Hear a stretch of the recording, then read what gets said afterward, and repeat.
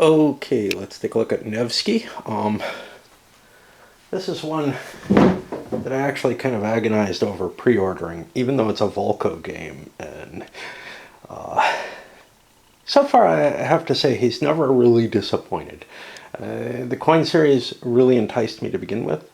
I kind of soured on it a little bit as more and more came out, and I was realizing they're all the same. But in certain ways, they don't. I don't want to get into a discussion of coin here particularly, but basically the play of them is also similar. And it doesn't evoke a lot of feeling of what's going on, even though they're historically accurate simulations in my view. This one looked a little too Euro-y from the original press releases, and I was like, geez, I don't know if I want it, but then I put my trust in, hey, it's a new system, let's go for it. And I ended up playing the first scenario over here, Pascal. And we're kind of starting with a similar starting situation, because I'm going to play what's essentially the campaign here, Crusade on Novgorod, which, you know, campaign is a strong term. It's, what, 1, 2, 3, 4, 5, 6, 7, 8, 9, 10, 11, 12, 13, 14, 15, 16 turns. Yeah, 16 turns for the whole thing. The turns are a little long, but they're not huge. This is not a tiny game by any means. But, again, you can play the little scenario in an hour or two as a trainer, and it gets you, maybe a little longer. It basically lasts 2 turns, 1 season, and it's probably pretty quick once you're used to it, but as a learning game, it did take me a fair amount of time to play. And I feel like I'm ready to jump in, and sort of a way to avoid playing Vietnam for a bit. Let's take a look at some of the components. You got your map, which is sort of a point-to-point map, but more attractive in my view. It's basically, it looks like an old, I don't know, some of the GW games had this kind of map. You had a location and you had a little road between the locations and stuff, and a lot of games since then have had that kind of point-to-point feel to it. I find that a little more attractive than the hideous bubbles and such on a map, although it still is harder to absorb the information that the map's providing necessarily. But this one doesn't look too bad. You have different locations. Some of them are important locations, and they have a bigger icon on them. So what do we have here? Bishoprics, cities, and then the Archbishopric of Novgorod. And those are going to have their names in a little square area. And they're generally worth victory points, etc., and are just more important. Then you have smaller locations, locales, which go from castles and forts. And there's also trade routes. And then there's these little things here. Oh, I'm sorry. Castles and forts, those are important locations. They're going to be noted. I'm sorry. The small locations are towns, which will be things like this, that do not have their name in a rectangle, and just regions, which also do not have their name in a location. And they're going to be less important to the victory conditions of the game. Between locations, you have different types of transport paths. You have ways, which are essentially, roads, tracks, whatever. I call them trackways. And then you have, all of them are called ways. Then you have waterways, which are these white things, which indicate that the major transportation mechanism over that terrain is going to be the rivers or lakes. So, for example, here, I believe you can travel along a way like that. Okay. What else do we have? Another major thing you have is the calendar itself. Now this serves a lot of purposes.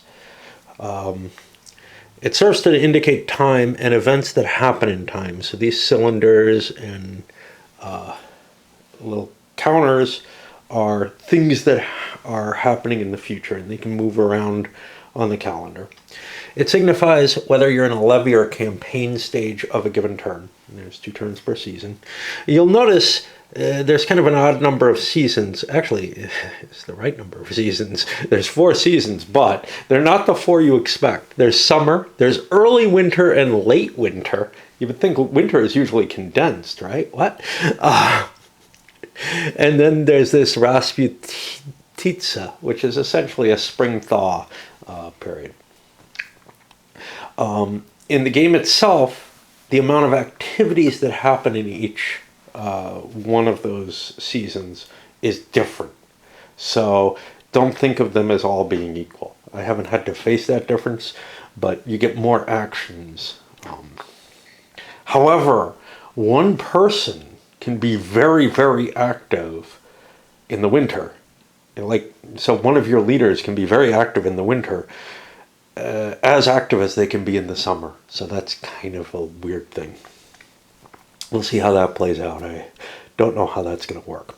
The cylinders are your actual noble leaders on the map, and they correspond to these cards. These cards have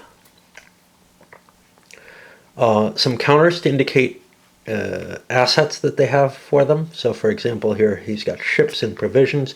I haven't marked these yet because I have to make a decision when I start to play the game.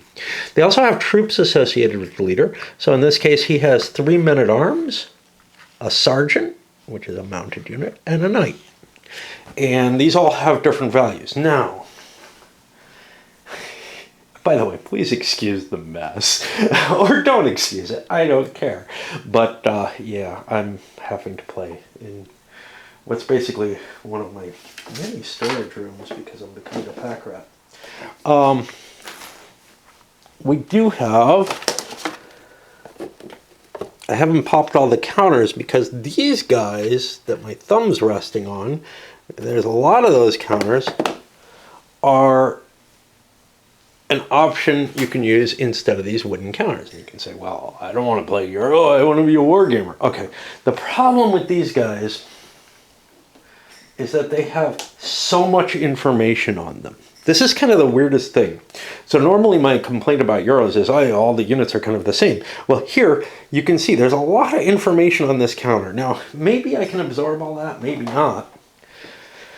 I know that I made the decision not to because it's all copied out on this sheet and I can use the pretty wooden pieces instead.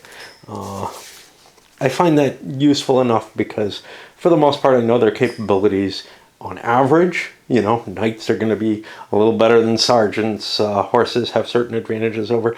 And looking them up on the counters, the iconography is harder to deal with than it is in the chart. And for my poor eyes, it's just easier to deal in the chart. You have some other information on these. You have their fealty rating, which is a die roll. That's your chance of kind of summoning that leader. You have a service, which is how long they'll stay in service. A leadership, which is how much levying they can do. And then a command, which is every time you give them orders during the campaign season, how many orders they get. And different leaders have different ratings. So like Herman over here is quite well rated. Yaroslav, not so well rated. Yaroslav may just be a source of troops for Herman because of that. He's able to command. Herman is a marshal, which is indicated by this little gold circle around here.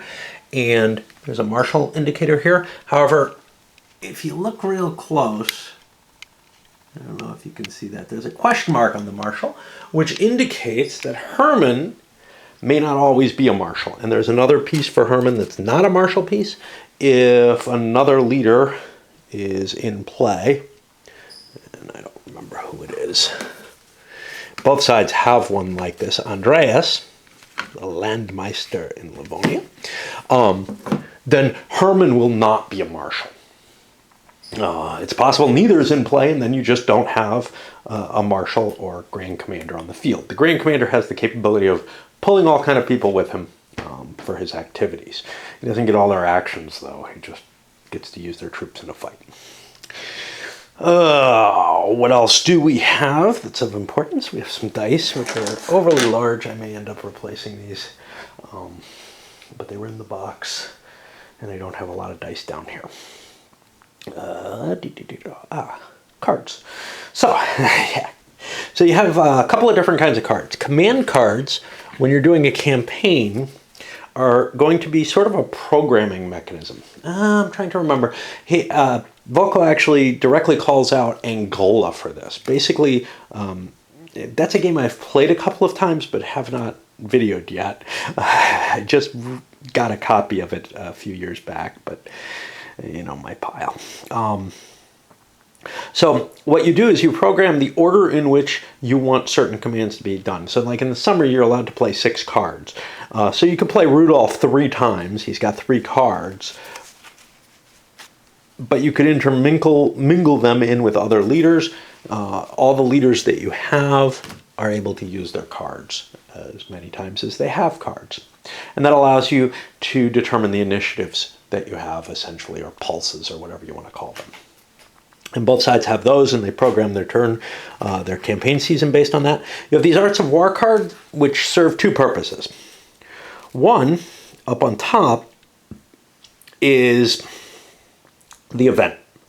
So this is a holding event, which means if you happen to draw this, you get to keep it in your hand, and you can use it as necessary. So in this case, in a battle. Some of them are not hold events. Let's see if I can find one that's not. Heinrich sees the Curia. This is a hold event. Oops. Okay, here's one that's not. Mongols deny Novgorod grain. This gets played immediately when drawn, and it will do some damage to the opponent. Now, the other side of it are... trying to remember the capabilities is the term used in it, just like it is in the coin games. This one, for example, says this lord, it's assigned to a specific lord, and its capability applies to that lord. Some of them are like this, which puts the papal legate in play. We don't have him on the board yet. He's this little purple thing, and he can move around and help with mustering forces, as well as he can help in command of forces. Now, these get generated in different ways. At the beginning of the scenario, you get a couple of these as capabilities automatically, and you have to deal with them as that. After that, they start getting drawn as events, and you can buy whichever ones you want as capabilities. That kind of threw me for a loop. You have this deck of cards that's kind of a randomizer, but you get to pick what your capabilities are during the levy stage if you want to buy them. Okay, let's look at other things. So we have some stuff here that's just really informational. Here's some information on all the cards in the deck, in the Arts of War deck, and some information on all the leaders. I don't really use these. I find it easier in general to look on the card, but if you're playing, if your opponent, you want to know what your opponent's capabilities are, this is a really good resource for that. Put these aside. That way you don't, you can't paw through their unused deck to see if they're holding something important.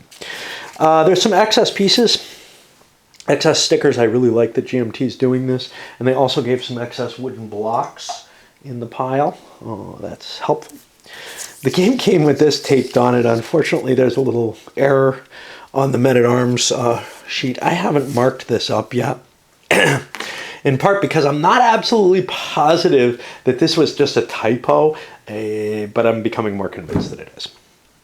Okay, so here they express what each type of unit does, and it'll show you the symbol of the piece, its name, how many times it gets to attack. How much damage it does when it attacks. So for example, a knight, when he's in a regular battle, I'll do 2 hits on the opponent. He'll do only 1 if he's storming a castle. Some of these others, sergeants are marked at times a half. Marked at times 1. The men-at-arms are marked at times a half. That's the error, is the times 1. Now there's some things like crossbows, times a half with an asterisk. What that means is you have to have a capability to enact that. Then you have protection, which is a chance to avoid a strike. There's no luck in, the combat system just automatically assigns you do X amount of damage to someone, and then there's a roll to avoid that damage. This reminds me a little of Pendragon, actually. So, for example, knights will be able to avoid damage through their armor, and armor is important because some of the bows, for example, actually negate armor as opposed to negating dodging or something like that. And this will be able to negate on a 1 through 4. Sergeants and men-at-arms a little weaker. Any unit, except for serfs, gets a saving throw on a 1, basically. And that's about it. Okay. Trying to remember the difference between orange and yellow. I think it's just coloring to indicate how good they are. And then you have these counters which reflect the same stuff, and some notes about it which may give some of their additional capabilities that might be triggered by some of the cards. Okay. We also have information on the different kinds of strongholds. So you have a capacity, which is how many leaders, I believe, are allowed to stay in that area and avoid a siege, avoid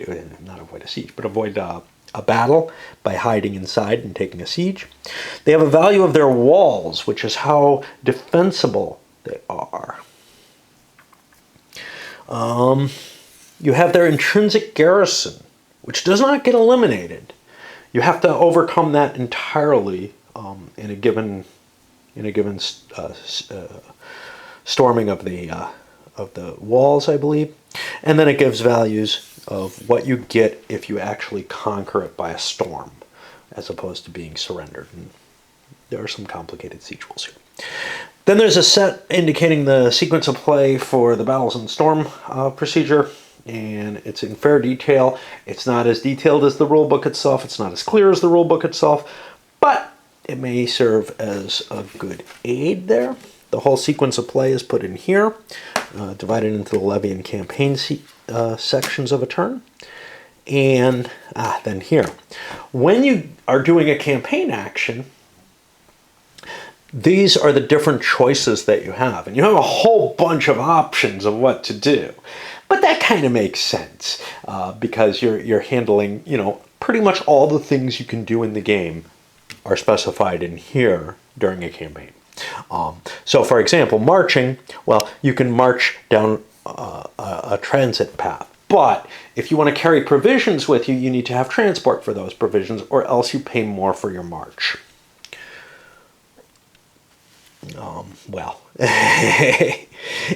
If you don't have transport, you don't make it with your provisions. And provisions include also loot and stuff like that.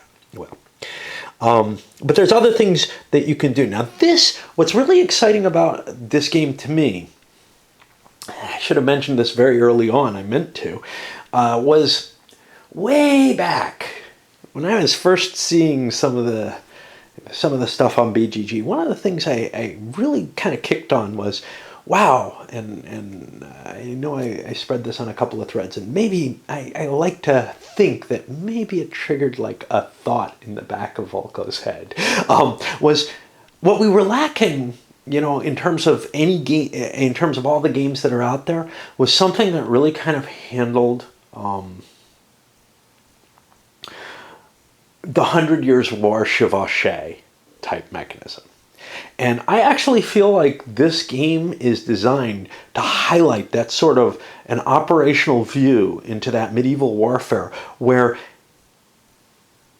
at least here it's showing something similar to the chevauché, which is that you're not seeing armies going out and fighting like they do in World War II, or even like they do in the gunpowder period, trying to outmaneuver and trying to get a position so that they can hit. What you're seeing is people going out and doing damage to each other's land until, and some sieges, until the enemy is forced to, like, do something about it, basically. And you see a little bit of that in Kingdom of Heaven, but I feel like this really, really highlights it nicely. And it actually makes the raiding aspect of the game very important. And we'll see a little bit about that, but the ravaging, one of the key things about that is, like sieges and such not, it generates victory points. And victory points are how you win the game. Okay, a couple other things we have. These I'm not using because I'm playing solo. These are just screens in case you want to hide your leaders behind them. It's an optional rule. You can do it. You can choose not to. Another thing... Oh, I haven't explained everything here. So some of the stuff that's up here, and we'll get to things in more detail. I know I babble too long. The cylinders that are out here, those are leaders who are available to you to muster at that point. So at the beginning of the game, these 4 leaders that are not on the board yet can be mustered. As we get to these spaces, these additional leaders will become available to be mustered. When leaders are driven off the map for some reason, they're put ahead a certain number of turns to indicate when they can come back in. These are when that leader is freed from his obligations to keep fighting, and he goes home. You can pay him to increase how far ahead his end date is. You never want to be in a position where he goes beyond his end date, because then he just gives up and says, this is no longer worth it and I'm out for the war. Now, when I spoke of optional rule about something else, I realized that I hadn't done this. There's an optional rule for the sub-leaders or vassals of the leaders. What happens with these guys is you're allowed to muster these. They give you additional forces. If you play with the optional rule, they get placed on the calendar and they can go home at different dates from the leader. Now, in general, this isn't that important, but with some leaders, for example, Vladislav here, all his sub-forces are these militia that only last for 1 extra turn. Now, you can keep paying the main leader and increasing the amount of time that all of his sub-leaders last on the board. But as you can see, these are kind of like a different type of force from, say, this, which lasts for 2 turns, which is a little less than that, or his men-at-arms, which are his more direct vassals that he can call up, which last for as long as he does. So I haven't made my decision yet, but there's some subtlety to how many forces you want to call up. So somebody like Vladislav could build up quite a large, could call up a lot of militia at once. If you're playing with the basic game, he has them for his entire service period of 3 turns. If you're playing with the optional rule, those could go home significantly earlier. And then you can re-summon them, but you got to spend activities on doing that. You got to go home and call them up, which is slightly different. Just trying to think if there's anything else that I want to cover before I dive into the actual rules. Oh yeah, the Novgorod Vesh box, and I feel like I don't have everything I should in there. Yes, I do. I thought there was supposed to be a coin in there. That'll hold victory markers and coins and some other stuff, perhaps. I don't remember. I'm trying to remember if loot gets held there. I think just coins and victory point markers. The victory point markers can be used for special purposes, and the coins can be used to pay off any of the leaders. So basically, Novgorod is willing to step in outside of what the leaders themselves are holding. So for example, Gavrilo here has a coin. Now, if he's with someone else, he could pay that someone else to extend their term of service, but he can also just pay himself and say, okay, that coin's going away, but I'm willing to stick around longer because this campaign is being, this campaign is profitable enough, which is marked by that coin. Now, you have certain coins at the beginning which just indicate maybe the capability of, persuading people to stay a little longer. All right, we'll dive into the rules very shortly. Let me look through the rules and see if there's details that I missed that I think need to be highlighted. Overall, I found these rules kind of difficult because, not because they're hard to read or process necessarily, more because these are totally new concepts. And whenever I face a game with new concepts like this has, I kind of have to fiddle around with it a little bit, which is why I was able to kind of go further describing the rules than I normally do. But I know there's some specifics I haven't gotten. So, the places with a frame around them are conquerable locations, and they have a victory point value associated with them, which is not the number there. The borders show the victory point value. So if it's got a 1 border on the frame, it's worth 1 victory point. If it's got 2 like Pskov here, it's worth 2. Novgorod has 3, so it's worth 3. Certain locations are strongholds. The siege capacity is how many lords can be in them, which we already discussed. We didn't go into combat at all. If an area is friendly, you can muster or pay with loot. And the reason that loot is different for paying than coins is loot isn't easily disposable value. You get coins when you pillage an area. When you pillage certain areas. But loot is like cattle and treasures that aren't, easily disposed, or valuable goods that aren't easily disposed of and not easily partitioned out. And that's why they're so heavy to carry and whatnot. Okay. A locale is friendly or not friendly. It's friendly if it's in that side's territory or is a conquered stronghold in enemy territory. And if it's free of the other side's lords, unconquered strongholds, and conquered markers. So, a locale can be friendly to either side. Or to neither side. Seats. Some locales are seats to certain lords, and they have that lord's symbol on it. You can see some lords have seats in multiple locations. Novgorod is an extra seat for all Russian lords if the Archbishop capability card is in play. And they say this would be Novgorod would count as 2 seats for Alexander. Because they already have a seat there, so they can get a second seat off the same place. Commanderies, this symbol here, which looks very similar to his seats. These will be strongholds that are extra seats if the Ordensburgen capability is in play. There are anchors. These are seaports, and we didn't talk about a lot of the capabilities. So we'll a lot of the commands and stuff. So we'll have to go into that kind of stuff. So,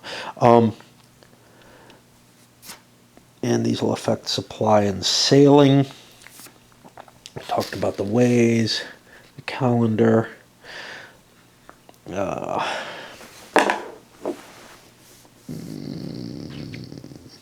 The papal legate, the purple pawn, is in play based on a capability, and if the token is on the card, he's ready to be assigned back onto the board. He's allowed to march or sail with lords that are available,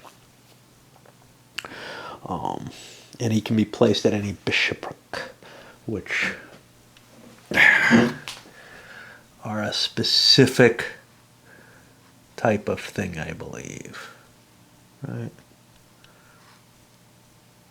Yeah. Okay, we'll have to see. I did not use him, so 3.51. He did not show up in my game.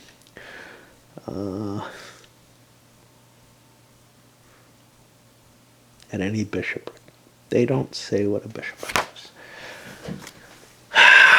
Is there some symbol that I'm missing? There's archbishopric, bishopric. They look like little Roman or little Russian things. So this, I guess, is a bishopric. Has a cross on it, but I guess not cities, which I find kind of odd, to tell you the truth. But okay. It may be that there are none back here in Russia, which may be the distinguishing feature. Okay. Where are we? If he's ever with a lord who avoids battle, withdraws or retreats, or is in a locale with any Russian lord and no Teutonic, he's removed and his card is discarded. He leaves the area. He can come back. Okay. The Vesh, in Call to Arms, he can muster lords by giving extra levy actions or obtaining victory points, and I believe this is done. You're playing with these victory points, so you get to give these away and gain these. You can gain them by declining Alexander or Andrei. Basically, if you refuse the help of the prince, you're making yourself a stronger thing. The Vesh can hold at most 8 victory point markers and 8 coin. Any excess is lost. If the Teutons conquer Novgorod, all the coin are removed, and if it's sacked, they get captured. They keep their victory points, though, it looks like. Lords and vassals, we talked about a little bit. Marshals. Service markers, we had some words about them. If lords are disbanded, you can possibly permanently remove a lord from play. But normally you'll be returning them to the calendar, and they'll be available to be mustered again.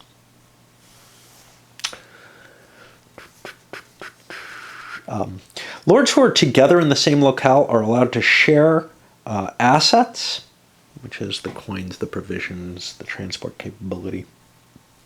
But they can't share their forces or their specific capabilities.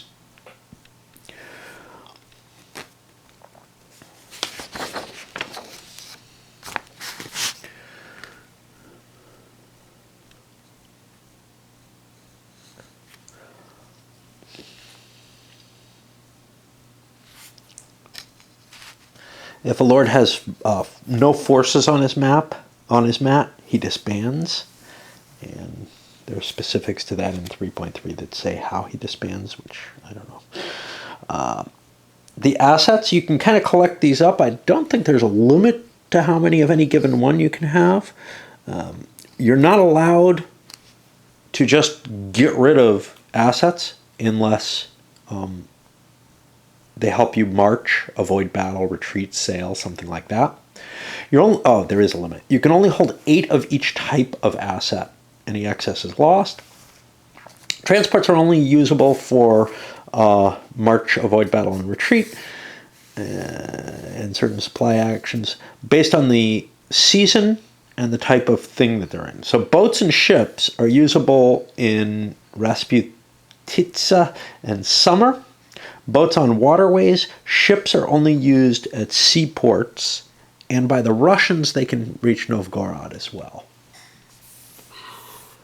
Big river. They have a smaller draft. Sleds are usable in winter only, and they can go either by land or by water because the waterways are all frozen over. Carts can only be used in summer and only on trackways. And as you enter winter, all your sleds turn into carts. And as you enter Rasputitsa, I did that the wrong way. As you enter winter, all your carts turn into sleds. As you enter Rasputitsa, all your sleds turn back into carts. So they're more flexible. Boats are just useless in the winter. You can still carry them around with you, and they don't cost you anything. Well, for the most part. Okay. we have some different markers here that I didn't explain. When you conquer a territory, you get one of these, and the backside is the white things. And then these over here are victory points for ravaging locales, which also give you victory points. There are siege markers, which you accumulate through doing siege actions, and they make it easier for the city to be taken. There are these little moved fought markers, which during a given command you place it on things. That indicates people who are going to have to feed and be paid and possibly be paid at the end of that command once it's continued. There are some number markers which I haven't popped out. I don't know. They're meant to alter numbers on here, possibly other things. I don't know how important they are. And square walls and rectangular castle. So I have not popped any of those out yet. Those are to indicate improvements on the board, and then there's also the possibility of preventing trade, again through capabilities. One of the things with the game is, and I looked at capabilities with a view towards that first scenario, but one of the things with the game is you really kind of have to be used to and understand all those capabilities you can have, because you have a choice between all of them when you choose to levy those. Okay.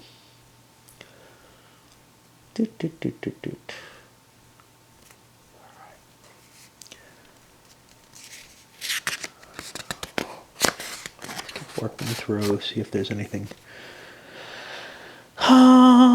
Okay. During the levy phase, on the first turn of the game, you draw 2 cards and their capabilities that you have to assign immediately. After that, on other turns, when you draw cards, you apply the event, and it's either a hold or something that gets immediately applied. You may not discard hold cards or capabilities or whatever unless something allows you to get rid of them. For example, you have too many. This is important because what it means is you can't do hand management type stuff with, I don't really need this and I want that event in the deck or anything like that. Okay, once you draw your cards, first the Teuton and the Russian player can expend coin and loot to increase their cylinder, their service time by 1 space. Now, each coin allows you to do it. You have to pay the coin in the location where the person is, the lord is, with the exception that the Novgorod Vesh can just spend coin at its own. If you want to do this with loot, you have to be in a friendly locale in order to use those payments for loot, and then you can move forward 1 box. Then you may have to remove leaders based on the service marker, the rectangular marker. If the current time is at the service marker, then I did it in the wrong order. Then you must disband, but you may come back. Your cylinder goes back onto the calendar a number of 40-day boxes equal to your service rating. Okay? So the longer you spent in service, the longer it takes to recharge and come back. The more you're able to stay on the board, the longer that you'll have to recharge for that. So there's a cost in the campaign for having a long service period. There's not a cost in most of the smaller scenarios. And your forces and assets go back to the pool. Any cards are discarded. Your mat is put back into the unused area and can be recharged. Now, I think you could pay.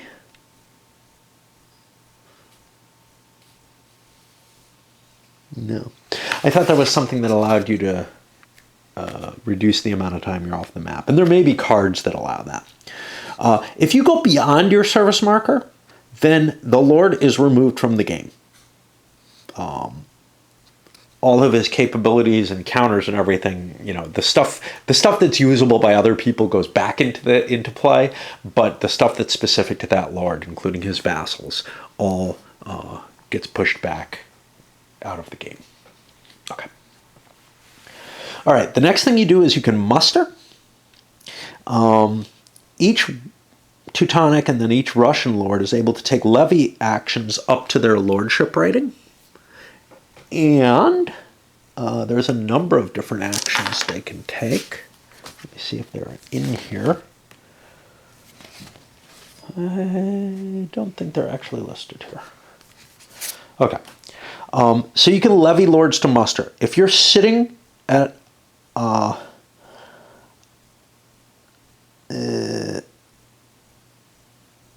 a lord at a friendly locale may use the levy action. The rolling lord must be ready.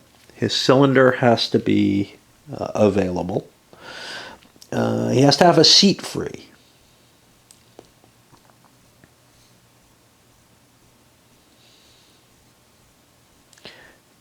I don't think you have to go to that lord, which I had thought you had to. And you roll a die on his fealty and see if you get that or less, he shows up on the board.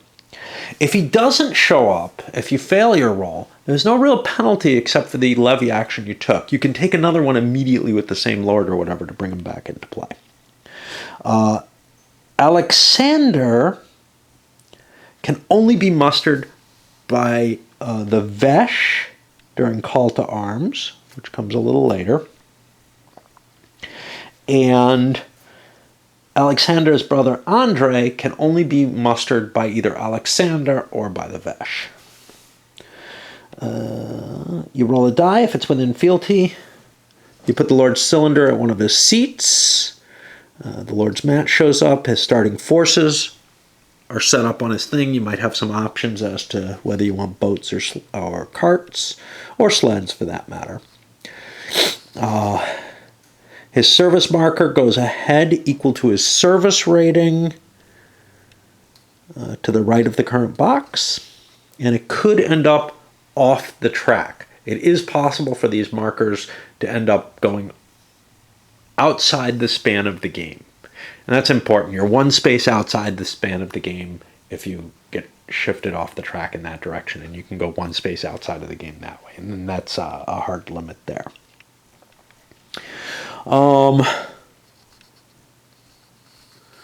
Okay. Now, a newly arrived lord cannot use his lordship to muster new lords.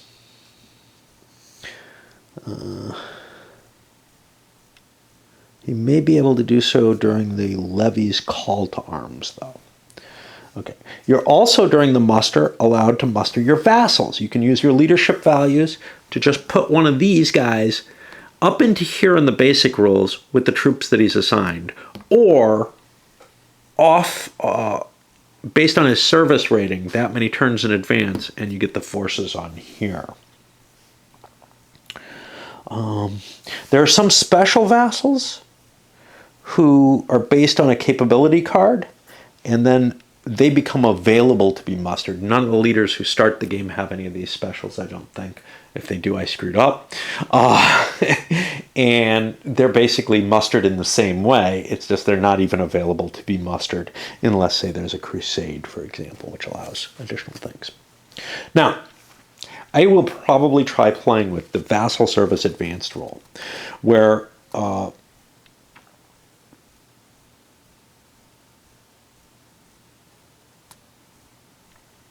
vassals who are disbanded in a given levy will be placed face down, so you can't remuster them immediately when they were just created. But otherwise, they get placed on the board and tracked individually. The problem with that, it's going to add a lot of complexity and fiddliness. The advantage, well, it takes care of people who have very small service rate. In general, most of the vassals are going to have lesser service ratings. Now, you can only muster if you're in a friendly area. Remember that. It doesn't have to be a seat, but it's a friendly area. Let's see.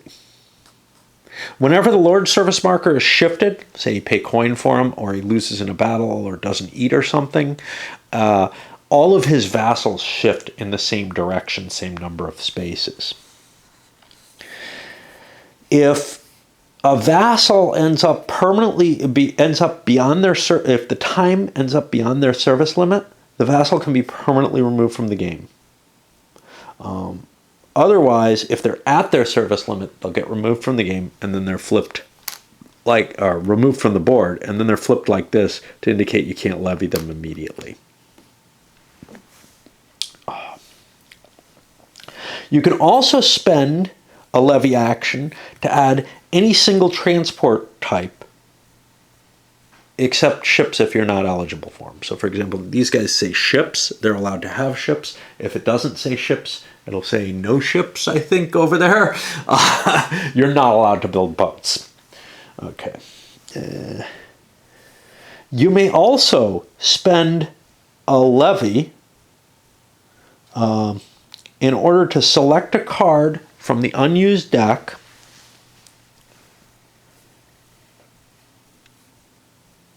and use the lower part of that, which may apply to a single lord, or it may apply to your entire side. Now, I believe if the event was played, that card is not available at the time, but I would have to look that up if that happened. We're going to go to the call to arms, but I have to, unfortunately, swap batteries, and I'm going to take that as an opportunity to break for a little bit. Okay, the call to arms phase follows the mustering. This allows you to call upon the higher authorities to help you get more force. The papal legate, if he's on the board, you can place him at any bishopric, and then if he's active,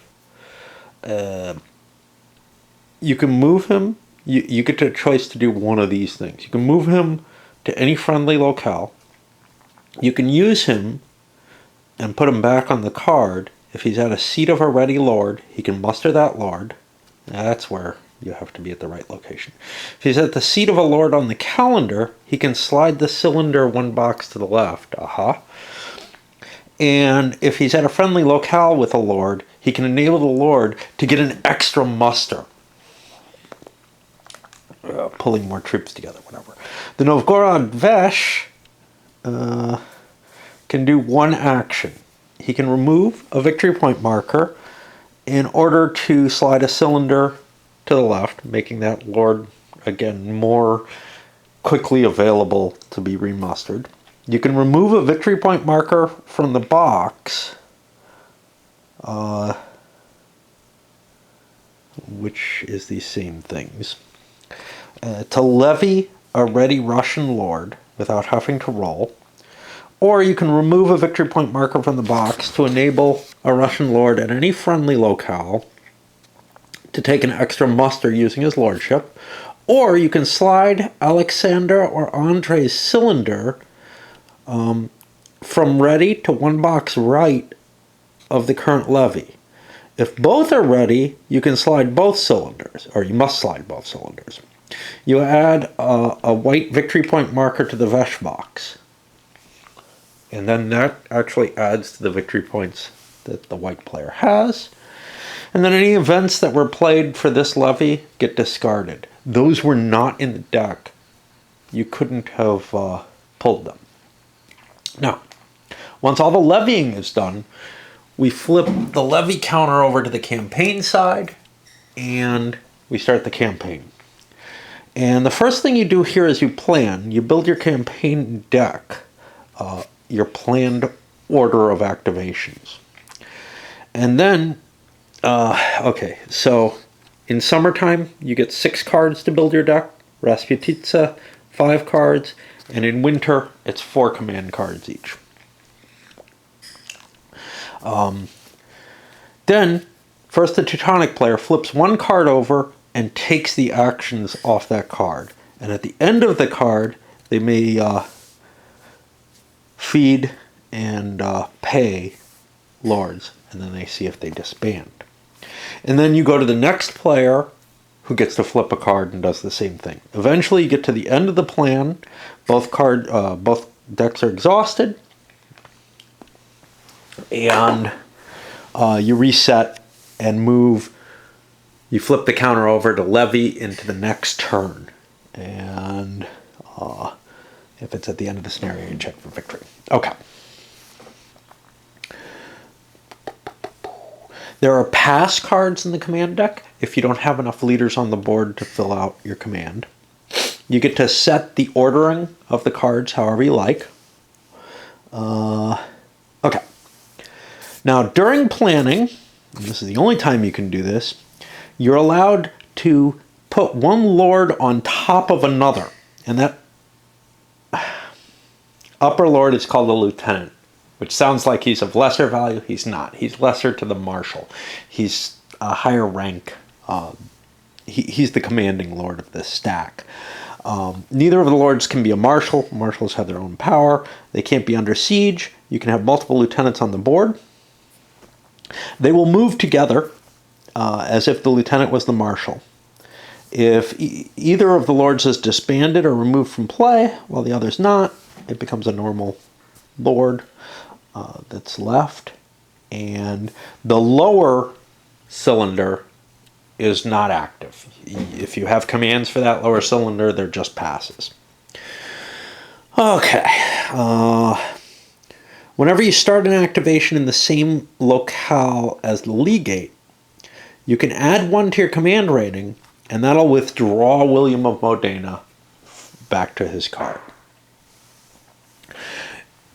You look at your command rating, and that's how many points you have to take off of the command menu.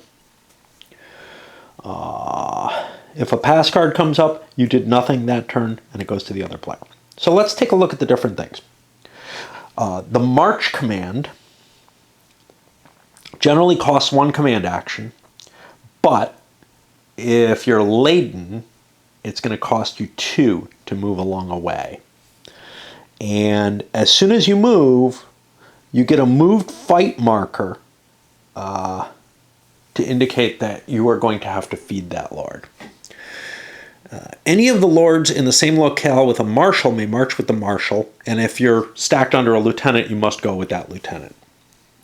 The legate may travel with any Teutonic lord. It doesn't cost him his movement. Now, if you have more than twice as much provender as transport, as the transport that you're using to travel along that way, it has to be legitimate for that way in that season, you have to spend 2 commands to move. You're not allowed to move at all, unless you discard the excess provender and loot. If you have more than what you can carry, but not twice as much, you're counted as laden, and you have to spend 2 commands to move. You're allowed in a group to share your transport, and you share your provender and costs, etc. So, whatever. Right.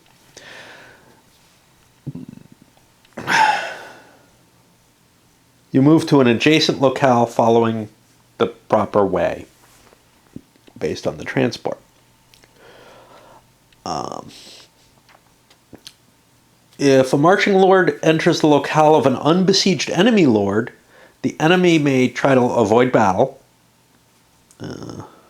Otherwise, there's a battle or a siege. Okay. Upon enemy approach, the inactive lords may not avoid battle across any part of a way that the enemy used to approach the locale. You can't retreat back the way you got attacked. You may not avoid battle to a locale with an unbesieged enemy lord or stronghold. You may only avoid battle unladen. You may take no loot and take only provender equal to your own or shared transport. but you're allowed to discard your loot and any provender as needed to become unladen and avoid battle.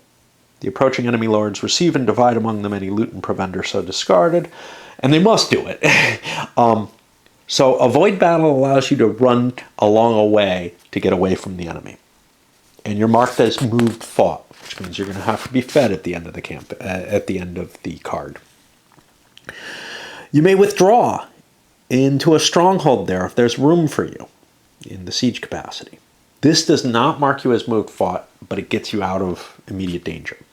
If the legate is left alone with a Russian lord or Teutonic lord who avoids battle and withdraw, William of Modena goes back in the deck. His pawn leaves play for now. Now, if anything's left in the area you just moved into, there will be a battle, and the marching side will be the attacker. Now, that actually ends the command, sort of. Whenever a side has lords in a locale outside a currently unbesieged enemy stronghold and no enemy lords are present outside, you mark the locale with a siege marker. And if there are no besieging leaders left behind ever at any point, all the siege markers go away. That also ends the command. After besieging an unbesieged enemy stronghold, skip any remaining actions in this command card, go to the feed, pay, disband. If you're at a trade route with no enemy and no black conquered markers, you can place one.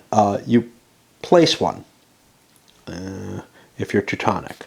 If you're Russian, you're allowed to remove a conquered marker there, and that affects the victory points. So trade routes, these little boats, are worth a victory point, and you just have to walk into them for that to happen. That does not cause an encampment, but I think you have to end the command there for that to be triggered. We could look at the sequence of play and see. Not sure that's going to say anything. Yeah, that doesn't clarify it. And neither does that.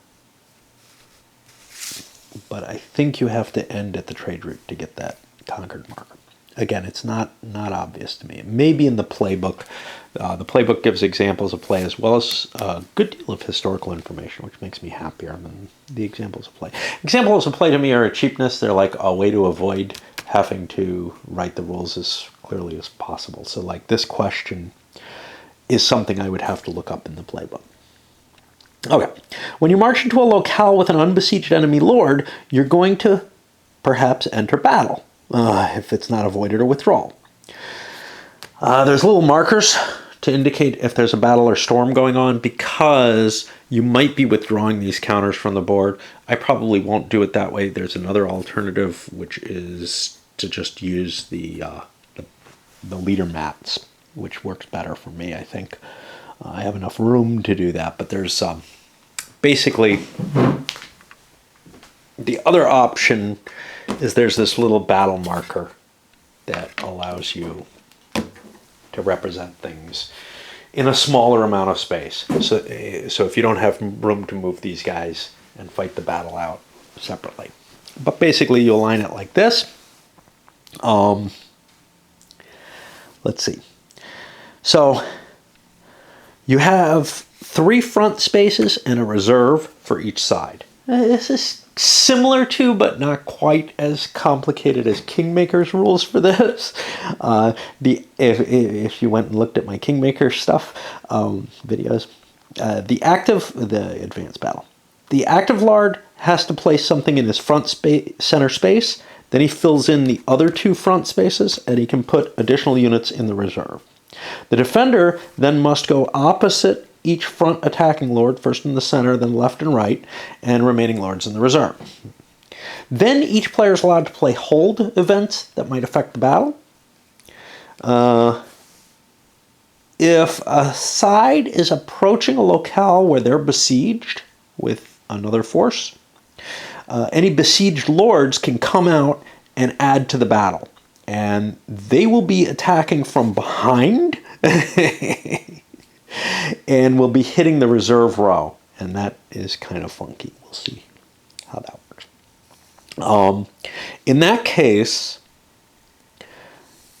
The front defender, what do we have? If there are any reserve defenders, they'll be marked as front defenders facing the sallying attackers. So you'll basically have two front rows facing forward and back, double siege type situation, whatever. So the siege work will give defensive benefits to the force that's in place, the besieging force, who is the defender in this engagement. And the sallying troops, I believe,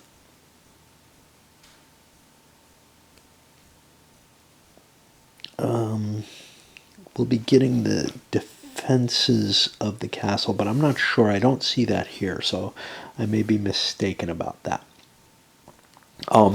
If the attackers lose, the sallying forces fall back into the stronghold, and the siege markers drop down to 1. They've done enough damage to the defenses of the siege works. Okay, once arrayed, the battle will continue round after round until a side gives up or all of its lords rout. A round of battle will go through the following steps. First, concede the field. The attacker and then the defender can declare that they're leaving. They don't automatically leave though. There will be another round of combat after they announce that they leave. The winner will get a pursuit advantage, which essentially halves the hits against them in any round. And there's a pursuit marker. I don't know if I have it here. Yeah, I do. To indicate that state of events. You're allowed to reposition your lords as follows. First, the routed lords are removed from the battle array. They no longer occupy any array position nor participate further in the battle until its aftermath, if they're fully routed. Any unrouted lords in the reserve go into any empty front positions. And if the front center position is empty, first the attacker, then the defender must slide one of their left or right lords into that empty position. Okay, for the striking itself, the forces of the lord directly opposite them get to attack first. But if you're flanking, if you're to the side, well, get to attack. But if you're flanking, you get a bonus for flanking. Whenever a lord has no enemy lord directly opposite, he strikes the closest front enemy lord, left or right, strikes center. If any, center gets to choose left or right. I'm not sure that's possible, but we'll see. You total all the hits from the flanking lords plus the directly opposed leader, then round up. A flanking lord is allowed to take hits in the battle as well. The lords strike as follows. First you do, this is for a regular battle, first you do an archery step. The defender first, then the attacker, strictly in that sequence, then melee. First defending horse, then attacking horse, then defending foot, then attacking foot. And what you do is you'll be looking at the specific type, how many hits it generates. So like if I have a sergeant, he generates 1 hit. You add up all those hits for that type. So like if I'm doing defending foot and I have a sergeant and a man-at-arms and a militia, I would have 1 plus 1, because this is a misprint, plus a half. So I'd do 2.5 hits. That would round up. So that goes up to 3 hits. Remember, if it's pursuit, it's halved. The hits are then applied to the lords. Flanking or flanked or flanking enemy. If you have a flanking lord, I don't see an advantage to flanking except you get additional hits in there. I thought there was an advantage to it. Okay. Protection. Stronghold siege works, cards, and the forces themselves give saving throws. Walls, armor, evade, unarmored protection. And that's the number that you can roll to prevent those automatically generated hits from happening. When Russian archery reduces enemy armor protection, combines with other archery, round up any half hits that cause the reduction.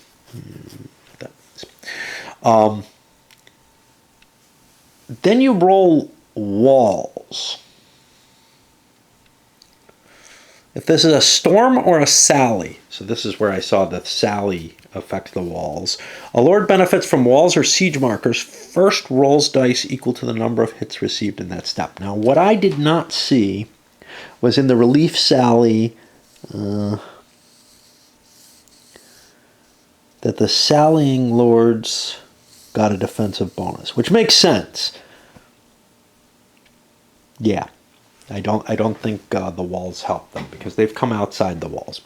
I didn't have that circumstance, but I'm just looking. And that'll prevent hits.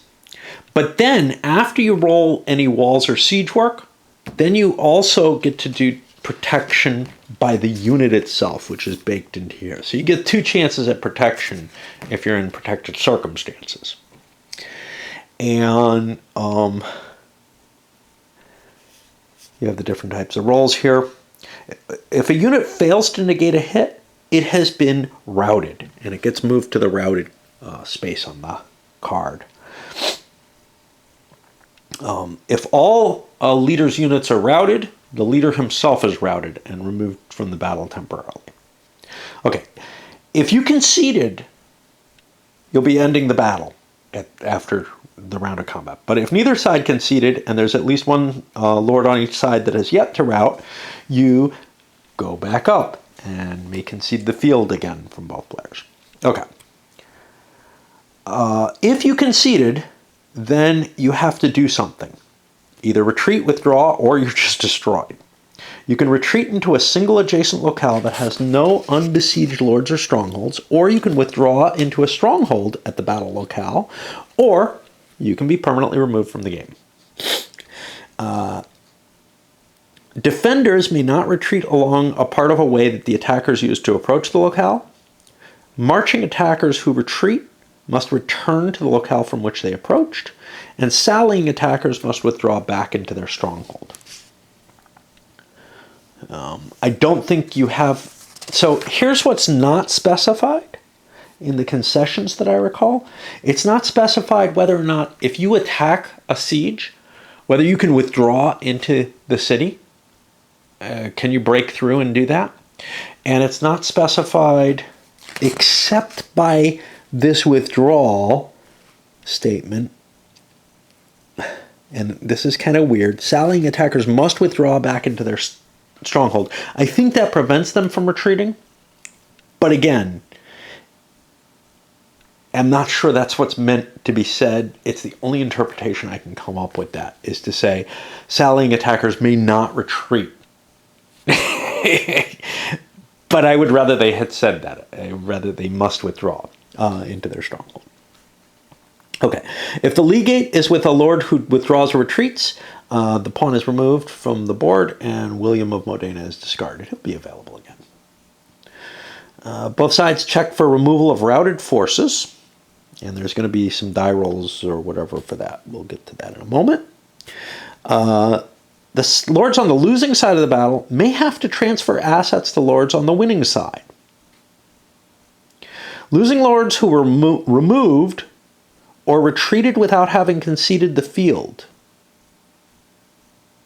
Everything routed, I guess? I'm not sure.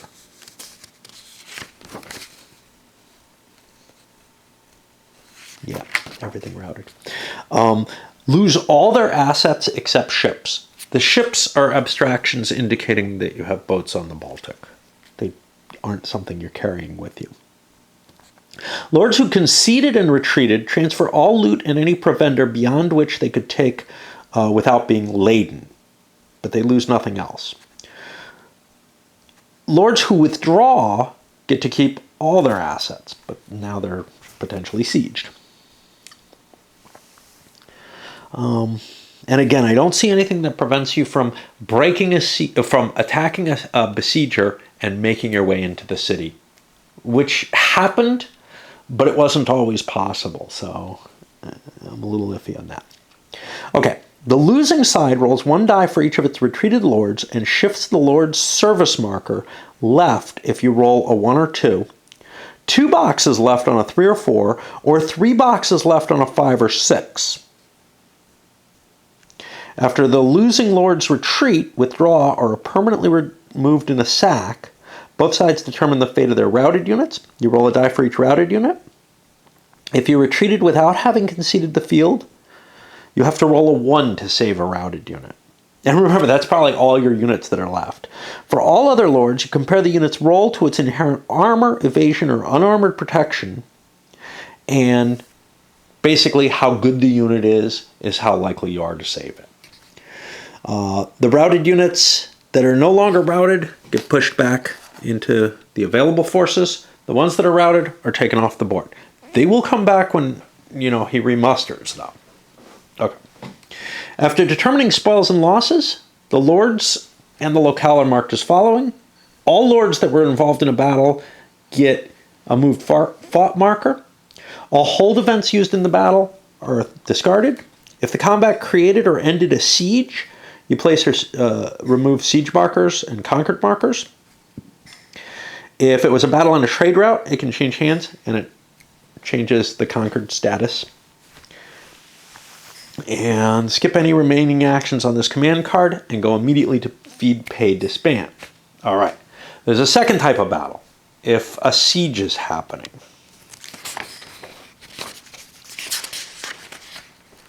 There's not that many rules, but again, they're all very procedural. They're all very different from anything else, and we have to kind of keep an eye. Working through them is kind of important.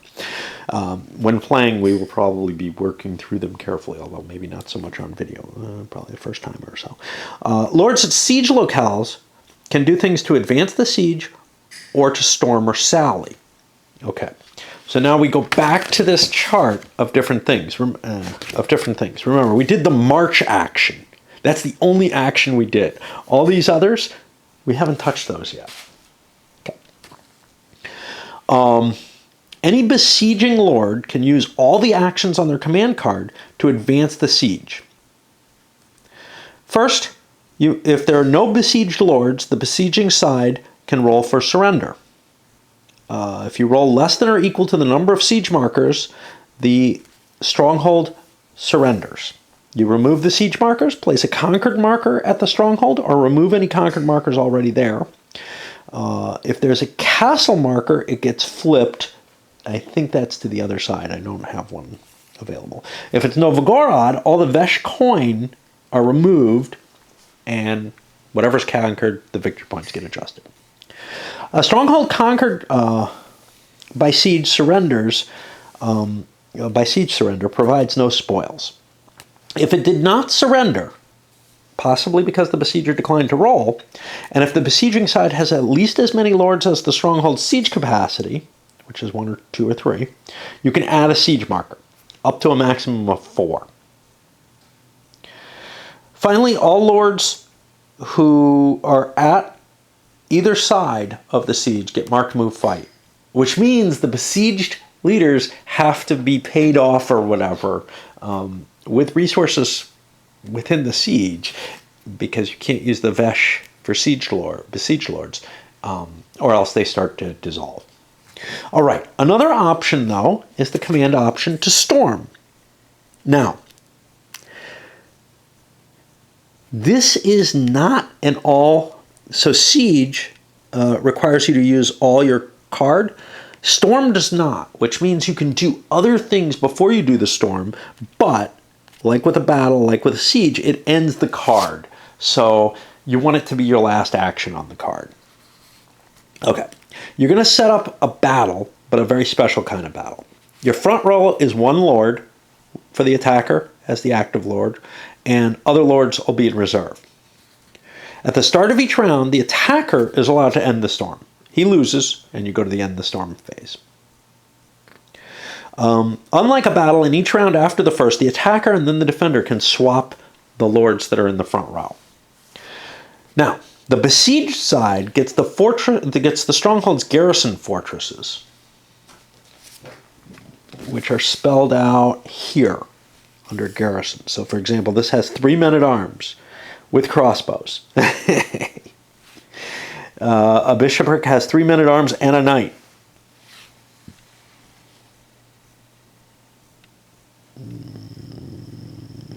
With crossbows for the men-at-arms. Okay.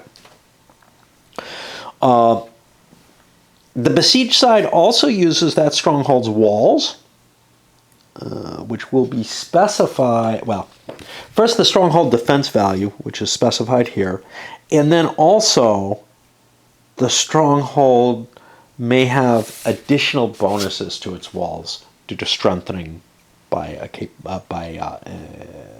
capability or an event. I'm not sure which. Probably an event. The besieging side, though, gets siege works as its own walls. So it has a wall's value equal to the number of siege tokens that it has there. And that's how extensive you've built your siege works. The attacking side has to take hits with armored units before it does so with any other units. What do we have here? The defending units melee strike before any attacking units do, unlike battle, in which horse melee precedes foot. So basically, you combine the horse and foot part of the attack. Okay. We've got the garrisons listed here again. The garrison men-at-arms have both melee and archery. Enemy armor protection is -2 against their archery, as if they had crossbowman capability, which is on the cards. Garrisons add their strikes to those of the defending lord, but they do not otherwise affect the lord's strikes. Garrisons are separate from a defending lord, and they ignore cards affecting the lord individually.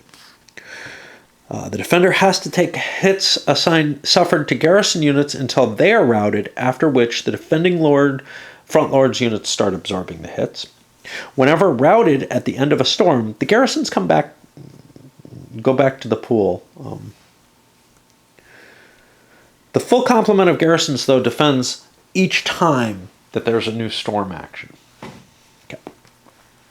The besieging player places all siege markers at the locale in front of its attacking lords. These lords, during the storm, have walls with value equal to the siege markers. Okay. You're allowed to attack a number of rounds equal to the number of siege markers you have there. You can call it off early, but and if all the lords there rout, then it ends as well. Unless the defenders are routed, the attackers lose. Losing attackers neither retreat nor give up spoils, presuming they survive.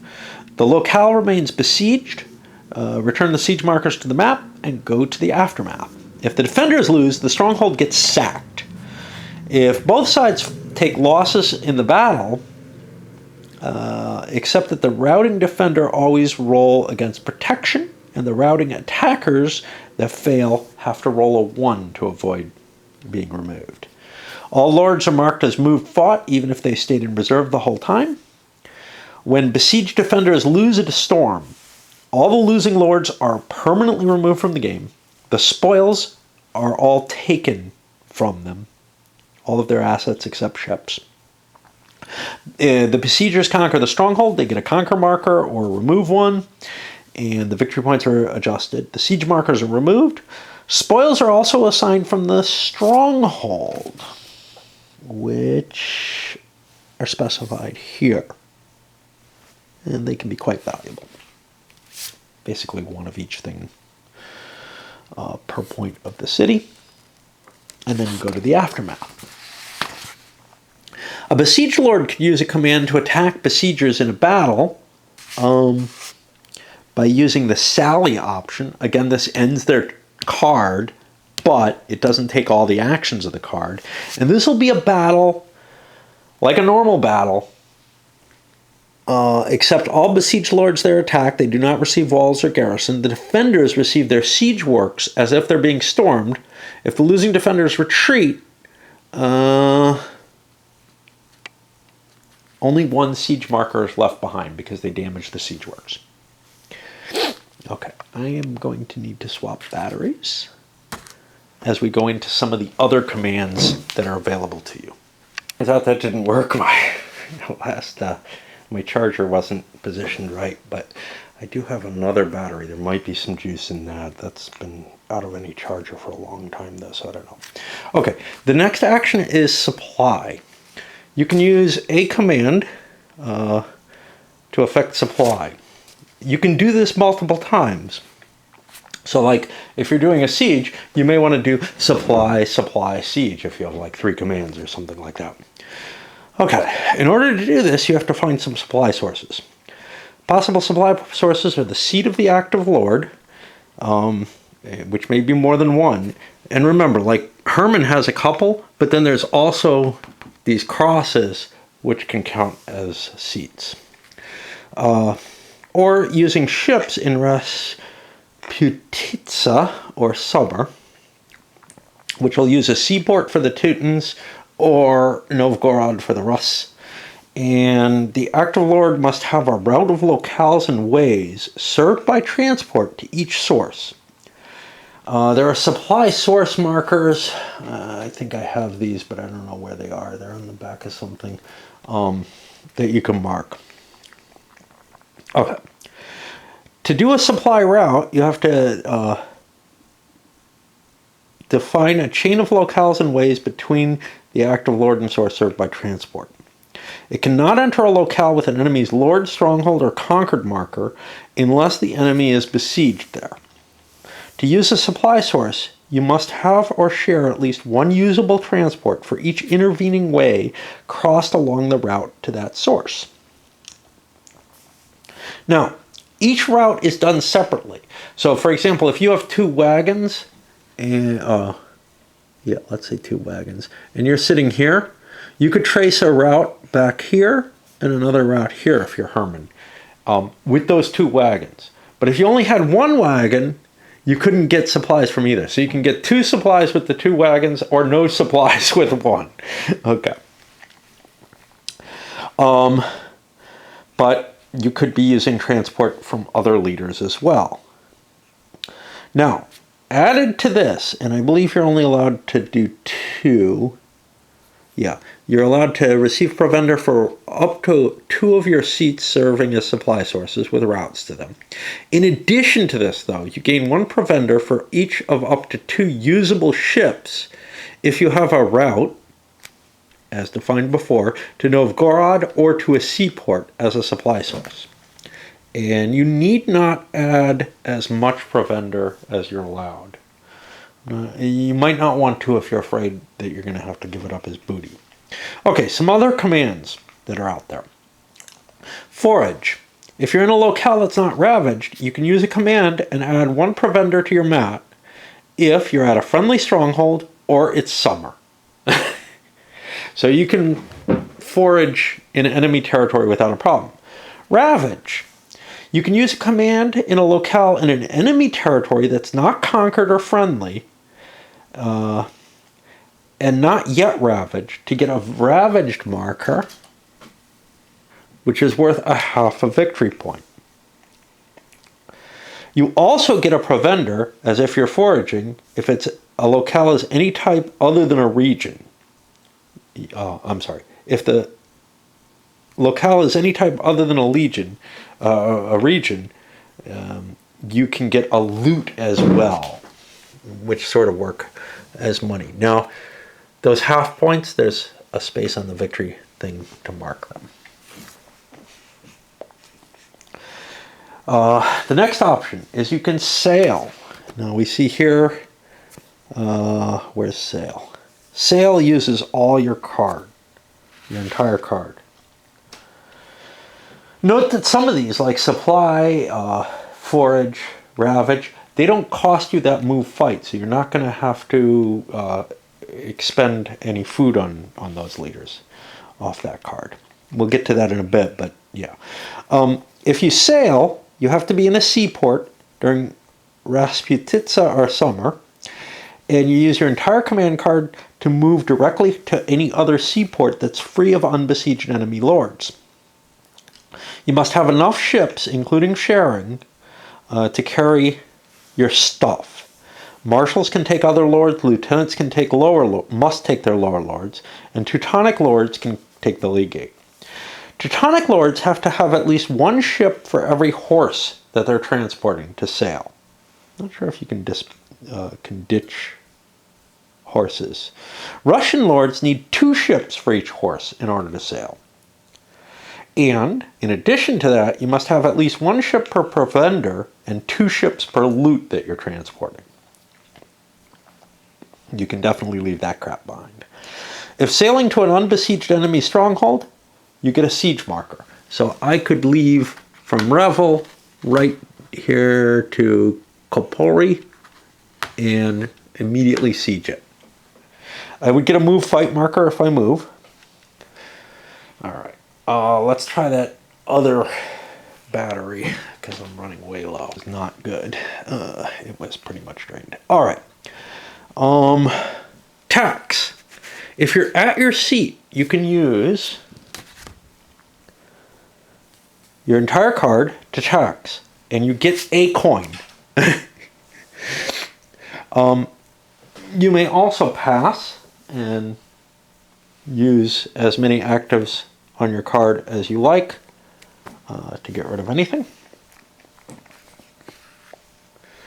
Okay. After you've done whatever actions you want to pay for out of your thing, and yeah, I have to swap. Both sides who have moved or fought markers, say they were in a battle, a withdrawal, whatever. Oh no, I don't think withdrawal requires that. I thought it did. I think it did. I think it's just not listed there. Have to feed their forces, and then they may pay their forces that are involved, and their forces might disband. Okay. If you had a move fought marker, you have to remove provender or loot markers, 1 for each lord who has up to 6 pieces on his map, and 2 for any lord with more than 6 pieces on his map. This can remove no assets in excess of this requirement. First, all lords must feed their own forces using provender and loot. Then you must expend provender and loot to feed the forces of your side's other lords in the same locale, who have already eaten all their stuff. You may not withhold any provender or loot. You must feed your forces if possible, even if the calendar says you don't really need to in a short scenario. The service marker of anyone who got less food than required, and remember, you have to fully feed if possible. And the way the food is distributed, so like if I have 2 lords who only have like 1 provender on them, and they both require 2, they're both unfed and all the provender is used, which sucks. They will move 1 box to the left on their service marker. Okay. Then I'm allowed to pay as if in levy and to try to push the service markers to the right. And after I do that, I check disband rolls, which, if bad enough, may actually force the Lord to disband permanently, although I don't know if that's possible. I'm trying to think if that is. And then the move markers are removed, and you go to the next command. Now, we are almost done. If you just finished... Okay, after all the cards have been played for the commands for both sides, then you're at the end of the campaign. If this was the last 40-day campaign, you look to see how many victory points each player has, and whoever has the most wins. Otherwise, all lords flip their carts to sleds at the end of summer. At the end of late winter, they flip all their sleds back to carts. They must then discard sleds or carts until reduced to half their original number by lord, rounding up. So, you don't get them all.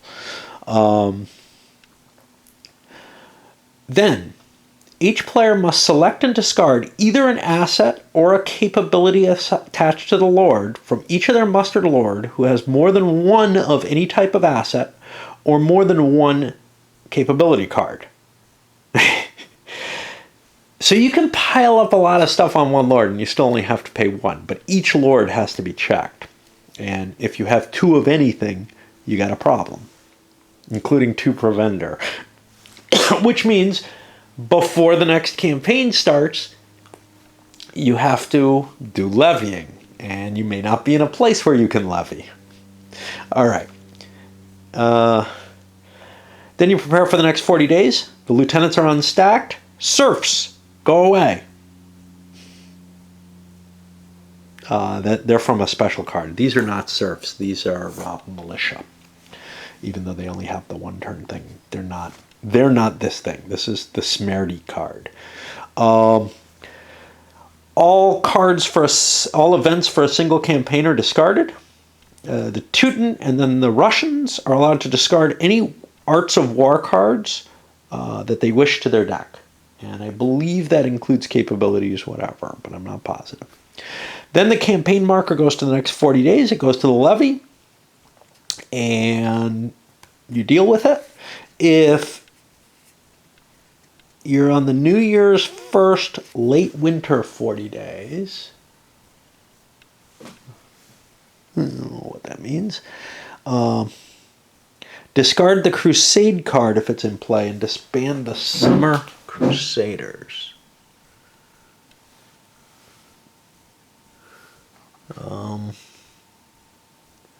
The new year. So the year switches between early and late winter, and that's when the Crusaders go away, and you'll have to bring them back in the summer. Anything else? Victory for the game. Okay, you give victory points by capturing locations, conquering locations. This is, I believe, by this is when you raise when you build stronger castles up, they become more valuable. By ravaging, and in one scenario that we're not playing, the first scenario, by removing enemy lords. So yeah, you get 1 victory point for each conquered marker on the map, 1 victory point for each castle of your own color on the map, half victory point for each ravaged marker on the map. If at any point during the campaign a side has no mustered lords on the map, the game ends immediately with an automatic victory for the side that's still there. Otherwise, you wait till the end of the scenario and you compare the victory points. Now, one thing that's notable, ravaged markers don't go away normally.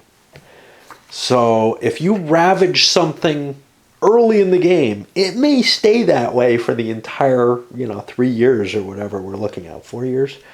Yeah, 4 years. 3 years.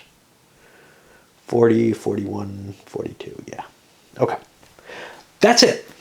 That is the game as I see it. And like I said, I've played it once with that little scenario. I liked what I saw.